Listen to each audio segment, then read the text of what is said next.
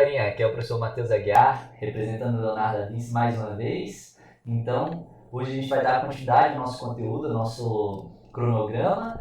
E na aula passada tivemos um encontro no Google Meets e eu vou dar continuidade à nossa discussão. Na aula passada falamos de velocidade média, fiz uma aula revisional. Hoje eu faço mais uma aula revisional, só que agora de MRU. Vimos aquela aula que eu fui no Leonardo gravar, né, sobre MRU, passei uma lista, vocês fizeram a lista 2, eu passei a resolução da lista 2 e agora vamos fazer uma revisão e mais um treino, beleza, galerinha? Então, vem lá, vem comigo, vamos na tela! Galerinha, nossa terceira atividade, né? Vamos revisar o conteúdo de movimento retilíneo-uniforme, conhecido como MRU. Pessoal, por que ele é retilíneo mesmo? Ele é retilíneo porque a trajetória está em linha... Opa, a trajetória está em linha reta. E por que ele é uniforme? Bom, ele é uniforme porque a velocidade dele é constante, não é isso? Então, retilíneo é uniforme. Constante quer dizer que não muda, não varia. Quer dizer uniforme, beleza? Imagine a seguinte situação, galerinha.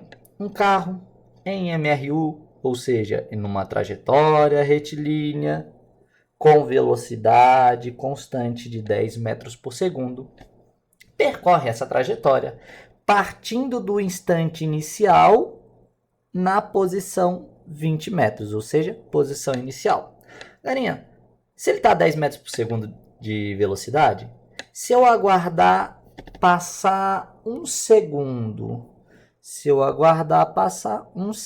de 0 para 1, ele vai de onde para onde, galerinha? Ele vai de 20 para 30 metros. Ou seja, ele andou quanto? Ele andou 10 metros. Tá, mas e se eu esperar mais um segundo? Bom, se eu esperar mais um segundo, ele anda mais 30 metros. Mais 10 metros. De 30 para 40. E se eu esperar mais um segundo? Ele anda mais quanto? Bom, ele anda de 40 para 50, ele anda mais 10 de novo. Então, perceba uma coisa. De 0 para 1, passou um segundo. E ele andou 10 metros. De 1 para 2, passou mais um segundo. E ele andou 10 metros. De 2 para 3, ele andou mais um segundo. Né? Por mais um segundo, ele andou mais 10 metros. Então, foi basicamente isso que aconteceu. A cada um segundo, ele andou de 10 em 10 metros. Isso é quase que uma definição do movimento retilíneo uniforme, porque como ele tem velocidade constante, nós dizemos que ele percorre distâncias iguais em intervalos de tempos iguais, ou seja, de 1 em 1 em 1 em 1 segundo, ele percorre de 10 em 10 em 10 em 10 metros. Ah, professor, mas isso acontece só porque ele está a 10 metros por segundo, né? Exatamente. Professor, e se ele estivesse a 30 metros por segundo? Bom, de 0 para 1 ele ia andar 30 metros. De 1 para 2 ele ia andar mais 30 metros. De 2 para 3 ele ia andar mais 30 metros. De 3 para 4 ele ia andar mais 30 metros. Ou seja, a cada um segundo que passasse, ele ia andar de 30 em 30 metros. De 1 em 1, 30 em 30. De 1 em 1, 30 em 30. Intervalos de tempos iguais, 1 em 1. Distâncias iguais, 30 em 30. Essa é a ideia. Beleza, galerinha? Então, vamos analisar isso agora quanto ao tipo de movimento que ele pode realizar. Ele tem uma velocidade constante, está na trajetória retilínea, só que ele pode andar para a esquerda, para a direita, para cima, para baixo. E aí, para definir o tipo de movimento que ele está realizando, a gente dá nomes para esse movimento, a gente classifica esse movimento como um movimento progressivo ou como um movimento retrógrado. Ele pode ser tanto progressivo quanto retrógrado. E só um detalhezinho que muda neles. É que no movimento progressivo, galerinha, o movimento ele ocorre necessariamente nesse sentido aqui, num sentido crescente.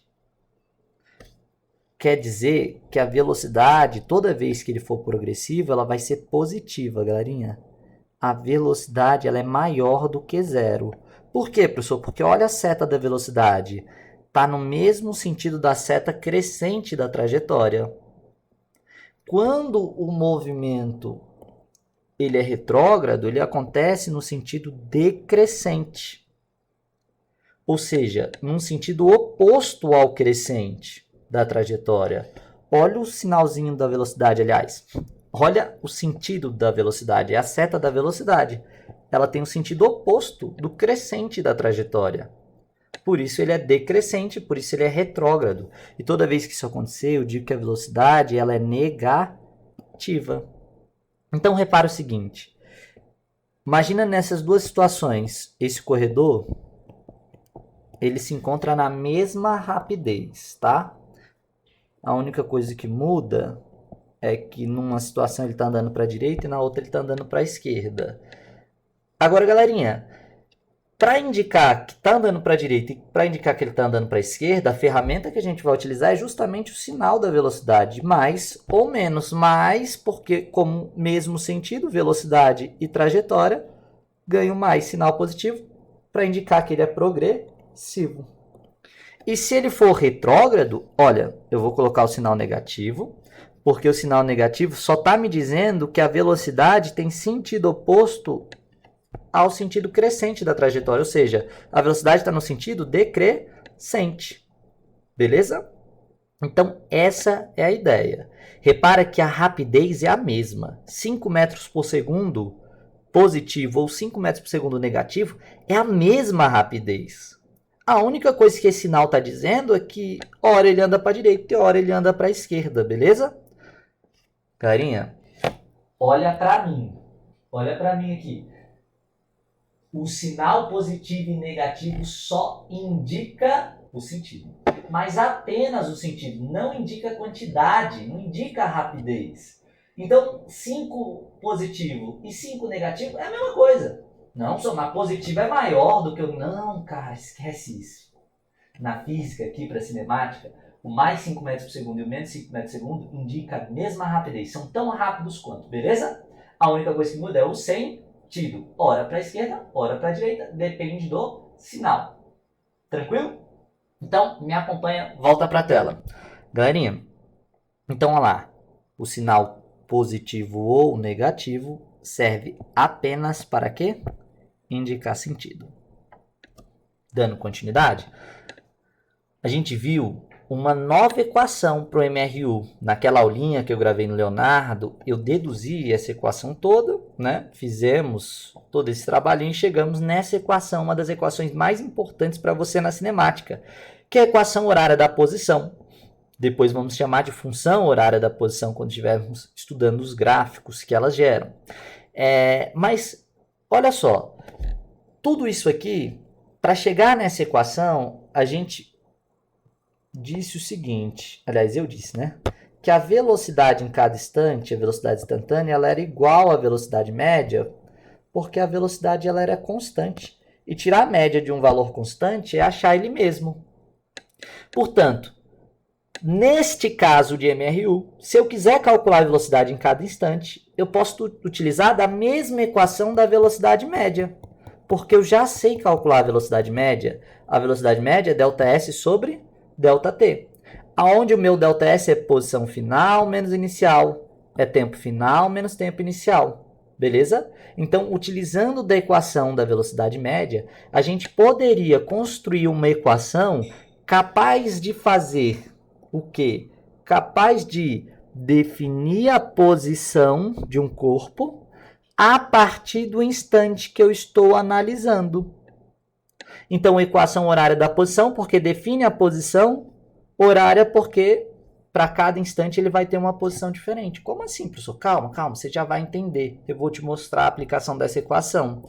Então, repara que ele define a posição. E ele define a posição para cada instante de tempo t. Beleza?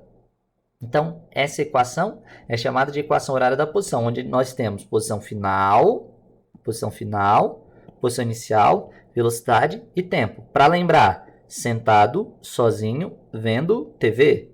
Ou sorvete. Os alunos gostam de utilizar essas brincadeiras para lembrarem da equação. Garinha, vou te dar um exemplo. Imagina que tem um carro que parte da posição 100 metros a uma velocidade de 15 metros por segundo e ele anda durante 30 segundos. A questão pergunta, qual é a posição em que ele parou? Qual é a posição final do carro? Aí a gente faz, olha, sentado sozinho vendo TV. Sentado eu quero descobrir. Sozinho é a posição inicial 100. Velocidade é o 15 metros por segundo. E o tempo é o 30. Beleza? 15 vezes 3, 45 com 0, 450. Então fica 100 mais 450. Ou seja, a posição 550 metros. Quer dizer que ele vai parar lá na posição 550 metros depois de 30 segundos que ele andou. Beleza, galerinha? Então, essa seria a aplicação dessa equação. É algo bem simples, realmente. Vocês vão testando isso à medida que a gente for treinando, beleza? Então, é uma questão de costume. Vocês vão se adaptar com essas equações. Vocês vão ver o tanto que isso é moleza. Daí tem as questõezinhas que eu gostaria que vocês respondessem. Então, segue o nosso material, faça a questão e teremos o nosso encontro no Google Meets para discutir mais um pouquinho sobre isso. É isso, galerinha. Um grande abraço, meus queridos. Continuem estudando, continuem nos acompanhando, não deixe de fazer as tarefas. Até mais!